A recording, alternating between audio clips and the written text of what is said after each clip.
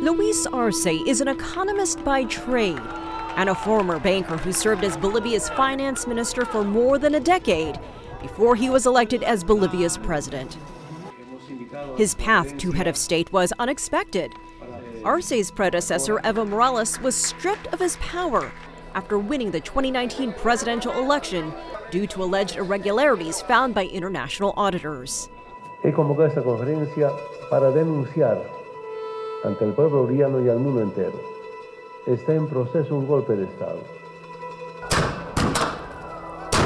The following political crisis sparked deadly riots and led to Janine Áñez, an opposition conservative senator, claiming power. Under her interim presidency, Bolivia held new elections in October of 2020. Luis Arce swept the popular vote.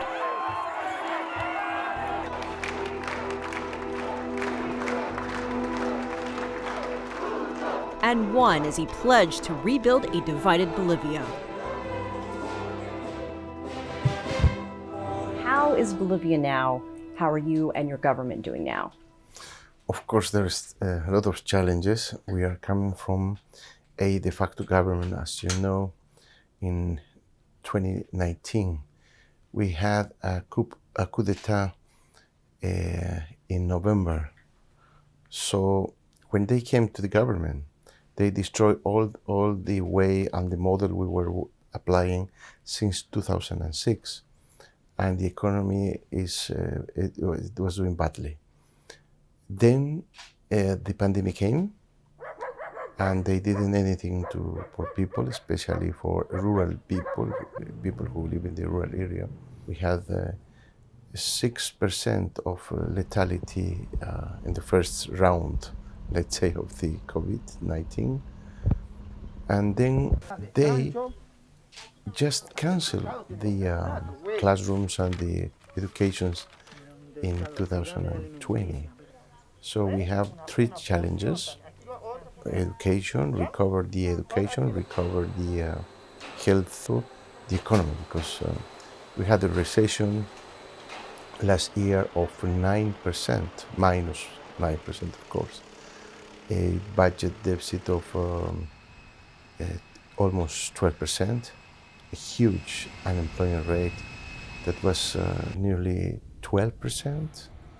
So it was a huge economic and social problem. So when we became government in October and we take the power in November last year, we started to do things in order to face those problems we were having in last year. In education system, I think we have succeeded. All people is now, especially students, are now in classrooms. 75% of all the schools are now rather in presential or semi-presential class, which is good, especially for rural areas, because the education was completely damaged at the time. And then we're recovering the economy. We are now having 8% of growth rate. We reduced the unemployment rate. And now we're working on reduced poverty again.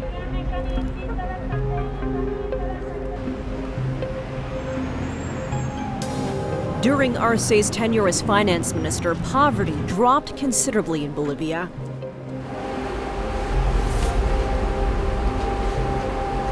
The country benefited from booming worldwide demand of minerals like lithium. But according to the World Bank, after 2014, Bolivia began increasing public spending and used some of its international reserves. The country was entering a cycle of little savings and high expenditure. Well, you are the former finance minister, so talk to us a little bit more about some of the things that you have been doing in your first few months as president to turn those numbers around, as you mentioned. Sure. We re-established the economic, productive, social model that we had in the past. We start again to do some public investment, which was canceled completely in the former government.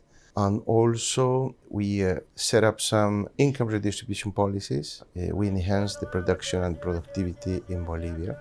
We have a model now which is focusing on import substitution, industrialization. We are doing very well at that time. We have now 8% of growth rate up to August, which is very good. So we are reaching better figures, and we are continue industrializing the natural resources we have, for example, lithium, and so on. Again, we are trying to get all the things right. We receive a mass, as a country, and now we are restructuring. We are doing what we have to do it, and of course, also they have political issues. In the coup d'etat in 2019, there were 38 people died. They were killed, actually. They were killed by the government, de facto government. And now these things are in the justice. They are doing what they have to do. We have an international report from the human rights. They made the research. They already published what they have found. And of course, we are very worried about what we are finding. People were killed in the back, by the back. People were running and they were killed. And something have to, people is claiming there for justice. And I agree. I mean, somebody has to be the responsible for all of this. And the justice is doing their job. In early 2021, a study by the World Health Organization and Johns Hopkins University revealed that Bolivia experienced significantly less COVID-19 deaths compared to its first wave in 2020. During its peak, the nation of nearly 12 million people averaged over 100 deaths per day. Muy buenos días. Es muy difícil comprar vacunas en el mundo. Hoy es muy difícil conseguirlas. Todos los países están en la compra. President Arce signed an agreement with China's pharmaceutical group Sinopharm and purchased 6 million doses of its vaccine. What more can you tell us about the vaccine cooperation that Bolivia has with China? When we became government, we started to look for vaccines in the world. Nobody wanted to sell because they already was, they already sold out all the vaccines. We tried to talk to Mr. Putin as well for the Sputnik, and also I talked to Mr. Xi Jinping, who received it very well, and immediately he sent us vaccines, and we started to buy Sinopharm. That is the vaccine that we are receiving regularly, and I have to be very grateful with Mr. Xi Jinping and all the Chinese government because we receive a very good cooperation from them. So we are happy to talk to them, to ask for help. They did accept. He was very kindly with Bolivian people, and we are more than happy that we restarted our relationship because the former government, they didn't have any relations with China. Even China didn't recognize the former government because, of course, we understand it was a government that came by a coup d'etat, a military policy, and some Bolivian politicians implied.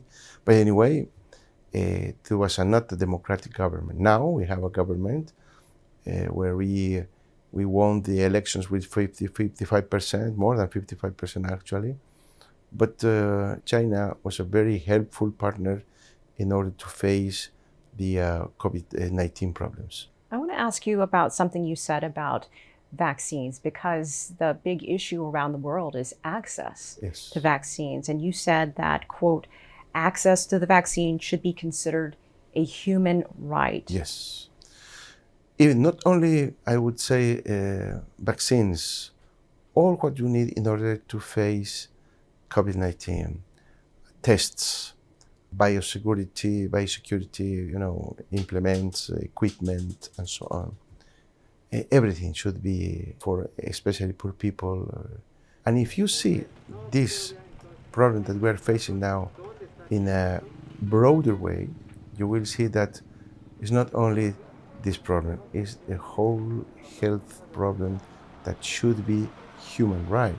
And it means that all the technology that developed countries have already developed so far should be possible for everybody to reach it. But it's not possible, we know. And that's one of the things that we have to work with. That's one of our proposals for discussion at the United Nations Assembly as well. We have to discuss more carefully about health. Health cannot be a merchandise. Health shouldn't be as it is now, only for rich people. They can buy everything, all the vaccines for all the people, and even more. They are not. They have not reached to whole people, even in the rich countries. Can you imagine how easy the problem is in the small countries, in the poor countries? 1.5% of the population of the poor countries are already, have the vaccine. So it's, at this with this kind of work in the world, we are not going to go away from the pandemic, unfortunately.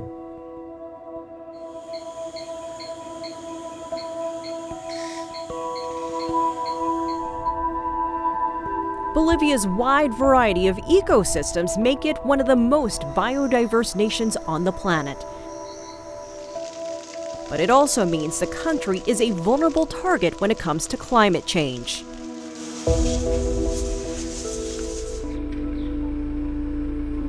Over half of its territory forms part of the Amazon forest, which experiences deforestation, floods, and drought. We know that the world is in the middle of a climate emergency. Every country, every region of the world, it seems, is experiencing more extreme weather events. And I want you to talk to us a little bit about what your country has experienced with the drought, the flooding, what you've seen in your younger years to what you're seeing now. Well, we have, many snowy mountains that are disappearing. And one of the main problems that we have in Bolivia is water. Water, not only for drinking, not only for human uses, let's say, but also for growing, agriculture and so on. Even for growing up cows or whatever you need water. So we are having a lot of public investment trying to get some water, to distribute water among people there, and not only among people, but also among producers, and only to improve the productivity as well. So it's a huge amount of money that we are investing in water, but we have to do it. It's a consequence, and it's not a climate change from my point of view. It's a crisis, because you cannot do it, and the world is not doing anything to avoid it. And we are very worried about it. That's why the Bolivian government is taking some political measures in order to try to mitigate those problems of droughts and so on. Mining is an important part of your country. Is there such thing as green mining, or how do you balance mining with a green agenda? Well, it's a huge problem, mining, because they come from a very old culture where water, it was one of the inputs for mining. For example, they left contaminated water afterwards. So we are trying to obligate to the mining enterprises that must be a compulsory to meet all the environment policies that we are taking. We think that working with the private sector, because the public sector, the mining public sector, we can control them, but the private sector, it's a bit more difficult.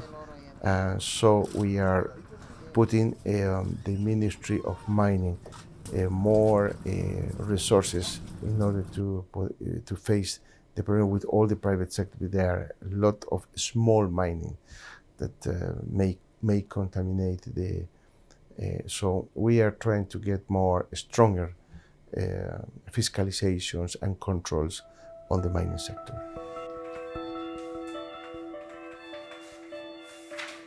The COVID-19 pandemic brought many challenges to Latin American countries.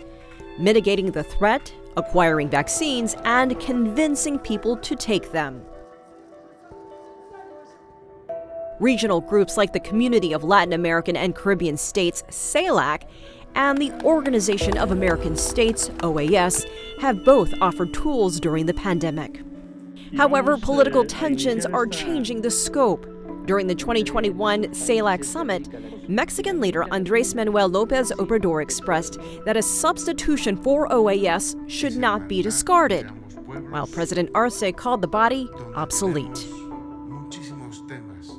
Talk to us about ties with Bolivia and its neighbors and the importance of regional groupings like CELAC. I know you have some thoughts also on the OAS. We live in a world where we can find, of course, people that do not think as ourselves. So we have to work with them. And that where CELAC comes. In CELAC, we avoid, for example, if you see the roots, the main roots of CELAC, they came because we were not happy with OEA. We were not happy. All the countries, they decided to put in place another instrument, political instrument or organization for facing common problems in South America and Latin America. CELAC is an opportunity. We are very worried about the role that Mr. Almagro and all people who work in the OEA had in the coup d'etat in November 2019. As a country, we have an agreement with them. They had to do an auditing, a fiscalization of the whole complete process of election in October 2019. We never signed for a preliminary report that he decided to do it in November, in November 2019 with nobody. He had to give to Bolivia a final report only with auditing all the election process. He never did the auditing. And of course, we didn't receive any report, final report. But we did receive a preliminary report that started all the coup d'etat in November 2019.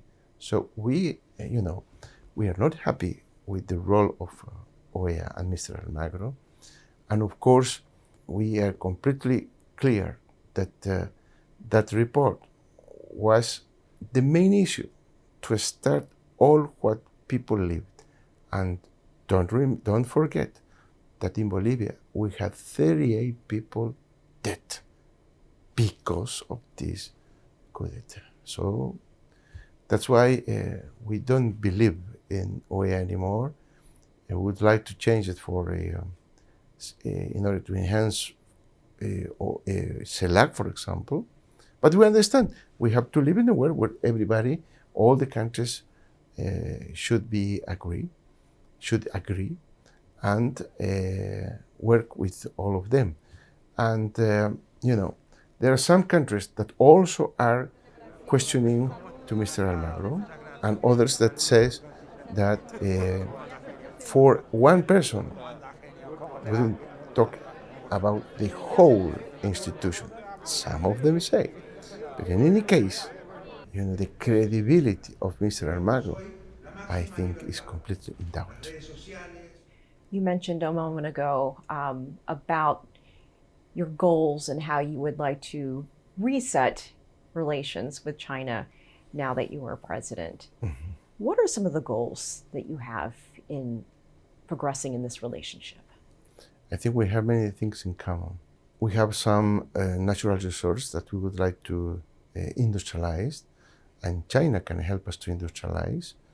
And that's why we have an open competition in order to see which enterprise will work with us, for example, with lithium. Currently, there are 7 international enterprises for many nationalizations from many countries that are working with us in order that they show us which technology is better for Bolivian lithium, in order to have the more qualified lithium from this process, the velocity, how quick is the technology in order to produce lithium, and how we can, as quick as possible, industrialize our lithium in Bolivia. Which of these companies can assure us the markets for our batteries and whatever, you know? So we would be more than happy that the Chinese enterprise, who is running in this with all these other enterprises, would be the winner, you know, and work with them. But also we have some other resources. There are many things that we can do with China. Also, we can, you know, became the mirror of the electronics they are, of the communications they have in this part of the world. We talk to them about that. You know, it's an opportunity to China because we are in the heart of the South America. A strategic position can be used by China in order to, you know, be here to put the mirror for the other countries on the other side of the world, and be a fully communicated country with the other countries. We were talking about with China about this kind of things and others, of course. President Arce, thank you so much for joining us on America's Now. No, thank you. Thank you to you.